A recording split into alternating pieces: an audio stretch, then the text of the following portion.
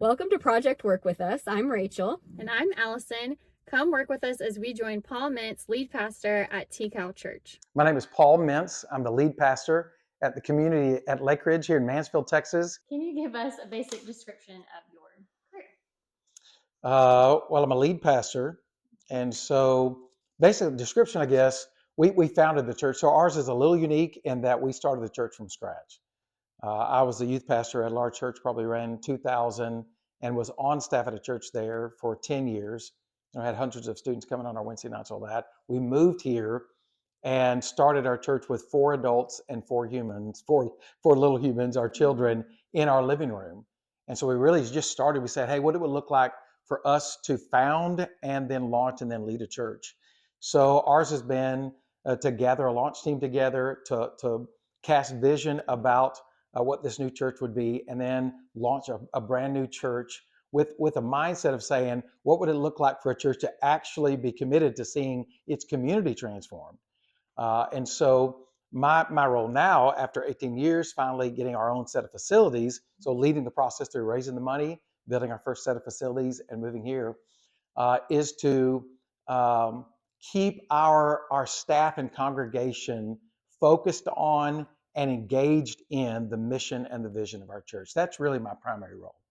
I lead the staff. I preach on the weekends. I model for us and lead in community engagement, and we do all kinds of ministries locally here, all the way to around the United States and around the world. But my primary role is to make sure that we're all as a church family. What is our mission? What is our vision? And to motivate, teach, and challenge us to stay engaged in that vision, and keep our staff and all of our team moving that direction. If I had to probably sum that up in one big piece. So illnesses, passings, and then like weddings. Are there any other events? Yeah, we have a large foster care ministry that we minister to a lot of foster families and those who are wanting to either foster or adopt. So that happens each month on a monthly basis, much less all the follow-up in between, and those families that are part of our church, plus reaching out to others. And then we host each Christmas, we have all of Tarrant County's foster kids come, and we host a big event for them. Do you do like counseling type sessions for families We or do. marriages? We do, because foster care can be very, very challenging on families because you're bringing troubled children into your home. Right. So that is a huge part of what we do there. But also, that's a part of it's just all of us get into life seasons or into situations where we're in crisis. Even with the loss of a loved one. We'll be following up with the family this weekend, just with counseling and care.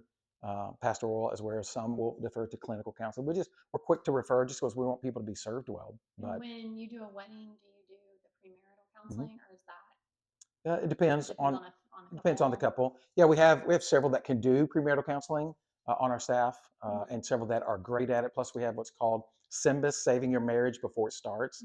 So it's a whole strategy of taking them through premarital counseling and saving their marriage by preparing them for, rather than waiting till something goes wrong, which, we're two humans in a household together, we're going to have conflict. Yeah. Have you ever done the premarital counseling and been like, don't get married? He lets them come to that conclusion. Well, if you ask the right questions before, if you just keep asking the right questions, they kind of figure out like, oh, this isn't. I mean, you love each other, but it's going to be a lifelong marital love, maybe not. Right. How big is the congregation that you pastor?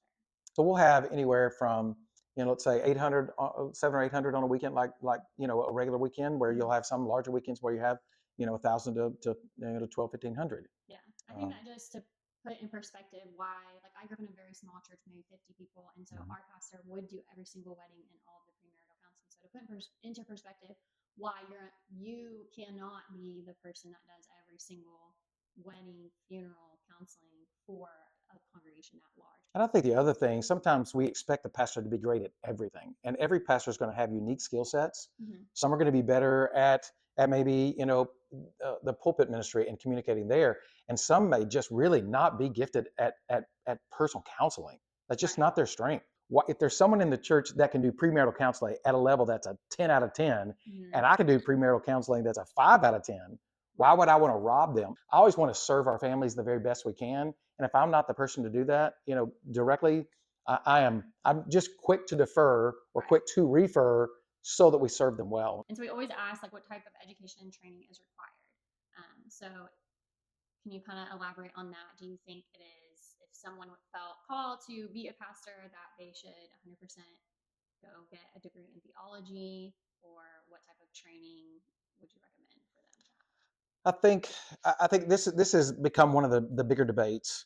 Formal education, um, being mentored by, doing internships under, um, informal education, and then on just being a person who is a lifelong learner.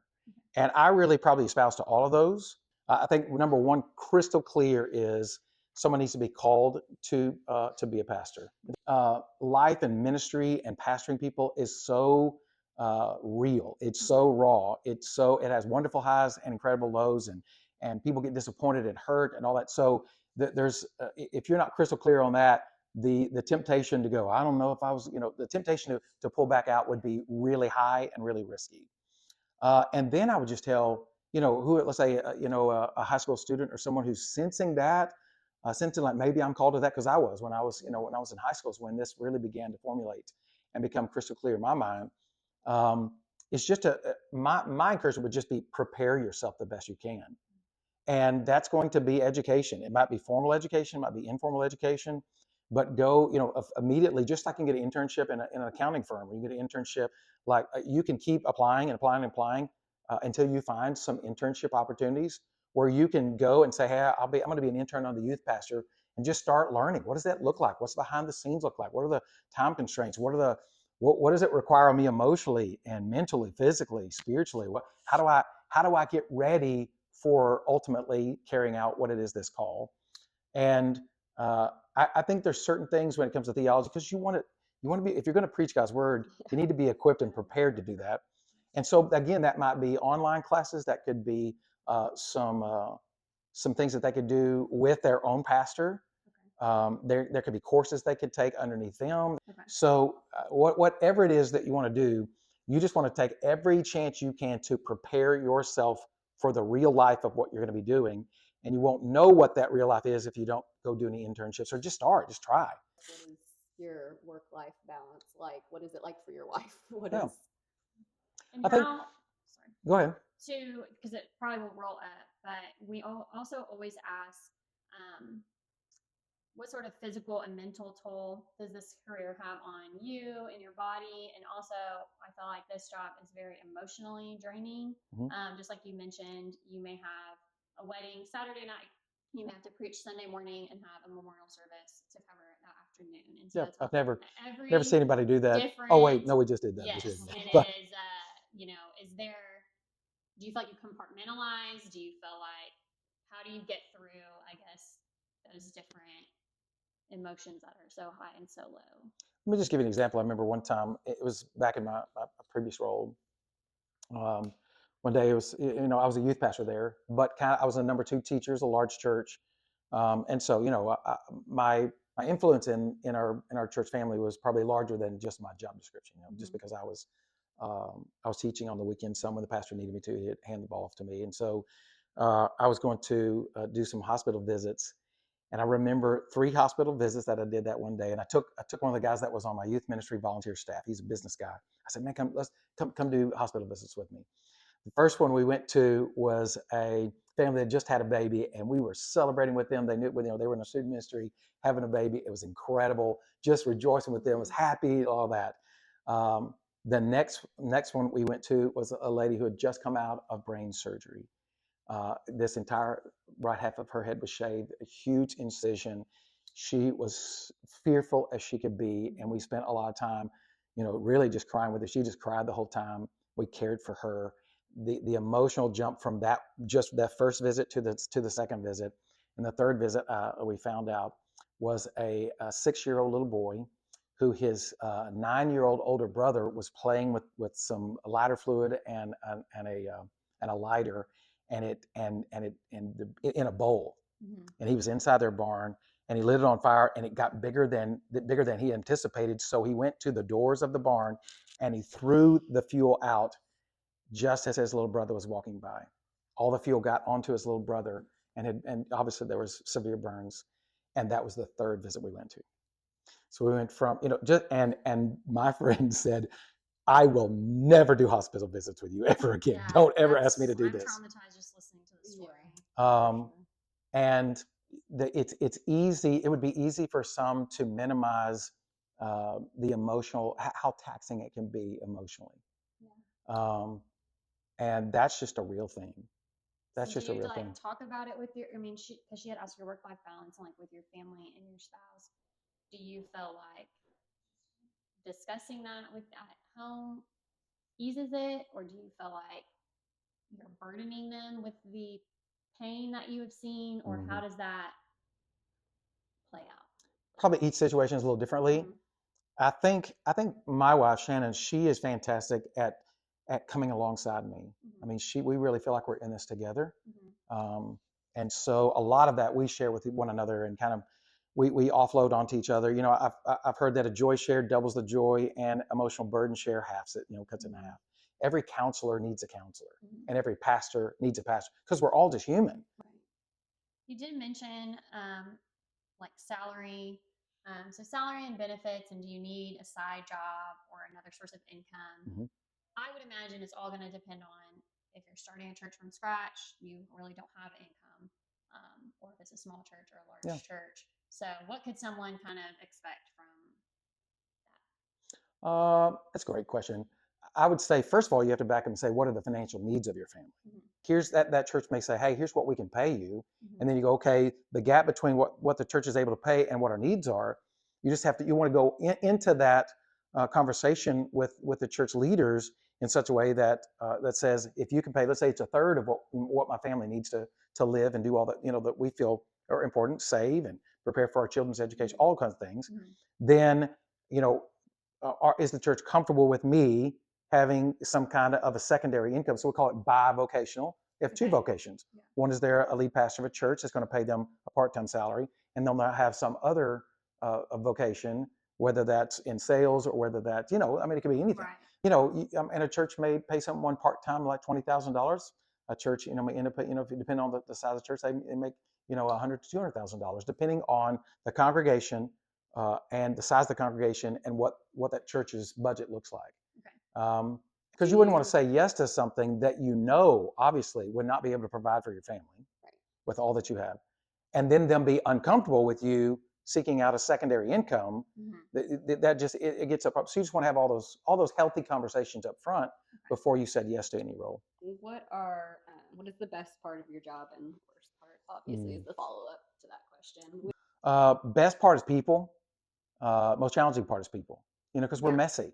I mean, that's just true. The best part is because, when you love people and when you really see the best in people and you want to help, when they're going through crisis or they're going through discouragement, or maybe someone coming in and they're walking through a depression, and you just see the very best in them. You want to help get those thoughts and limiting thoughts off of them and help them. I love people. Mhm. I enjoy people. I love being around people. Mhm. I'll tell you what one of the more challenging parts for me is, truth be told, uh, math and science just come so quickly to me. That's probably and English and other parts. So you think of the ACT, those did not come as easy to me. And so over now, gosh, 40 years of preaching, Mhm. really the research and all the time that it takes for me to prepare for messages is really one of the more challenging parts for me. It's crystal clear that God called me to it, which he and I laugh about this a lot. Lord, I made a 13 on my ACT in English, and I'm a pastor. I write a 40-page paper, every week, and I do a 40-minute presentation twice on Sunday. Like, Yeah. that's just funny to me. What is the biggest misconception about your career? That there used to be this perception, the pastor sleeps in a three-piece suit. I mean, they're just, they're so formal all the time, and we start church and all that. But our congregation, the way that we've designed the culture is, hey, we want to create a casual conversation, because we just found as we were launching the church, we thought, man, I don't have a suit. I can't come to church. Right. Well, what if we created an environment where, I mean, this is what I'm going to wear on Sunday. I mean, you have jeans and and so It's we try to better. remove one of the barriers for people to come to church, because they didn't feel like they could dress nice enough. But even even when I'm on the weekends. I think there's this perception that me and my wife don't go really go to Walmart. We don't really do grocery shopping. We don't really buy dog Yeah. food. And so I love it when people see us at Walmart and they're like, I'm like, I told you, You don't like have agents we're deliver your groceries. Yeah. we're for, you know, like I Just don't eats manna that falls from the Yeah. sky. I don't live under the stage and Yeah. pop up out of the stage on Yes. Sundays, and then we You don't should live. make a That's sandwich or I think that's one of the misconceptions. I think another thing is that pastors don't need encouragement. Okay. You know, pastors are impervious to real world challenges, hell challenges. So you're this real human being that deals with real life issues. Would the encouragement of a tip help in this job? We always It's ask just a tip question we etiquette. ask. What We is always the ask, what is tip? the tip etiquette for this etiquette? job? I don't think But I there's would a imagine tip etiquette. when you do a wedding, do people not Yes. slip you Some, hundo? listen to me. Sometimes they do, and they're very gracious. Oh yeah. Most times they just think we got to pay the floors, we got to pay this, They're doing so many things and on that- that, that- day. that Slips just- their mind. It's just, yeah, and they or say, they're what do you tipping charge? everybody, and so they give you. Yeah. So that, you know, what do you charge on that? Well, I just don't, you know, that's not how we work. I mean, we're trying to love on people. And some pastors just going around that, hey, this is what that would cost. I just don't feel comfortable with that Right. because that we want to be genuinely, you know, a joy to get to serve people. Yeah. So tip your waiters and your waitresses, and tip the guy who's preaching at your wedding. Yeah. Ask, can you teach us a small task pertaining to your career? So Any public any speaking public tips? speaking tip, any kind of tip. I guess Another question is like your favorite products or tools that make your job easier. Mhm. So like, you know, that could be a certain study guide or a notebook or a highlighter or a cup, you know, just something that kind of fun things. That's a great question. I think one of the things that helps me do what I do really, really well, and we put it in since we moved in here, is that right there. It is my snack. It's my snack. People come into my office and get they snacks. literally say, "This feel like I'm coming into the principal's office." Yeah. And so one of the things I'm just like going. So when children come in, they know, like if they come in before, like, but we have candy and chips and crackers and stuff, like because. And number two is I have a blanket on both couches. We want this to feel like a living room, and that kind of feel like more the office side, because when people come in, we're having meetings. I want them to be warm. You know, it's kind of industrial chic is what I like to call it. Yes. But I like but I want it to feel really, really warm, because when people come in, like if they're coming for even premarital counseling, they are so nervous. Right. They're like, what is he going to ask us? What do we? Yeah. So I just work so hard to put people at ease, because I already know when they come in, they're fearful.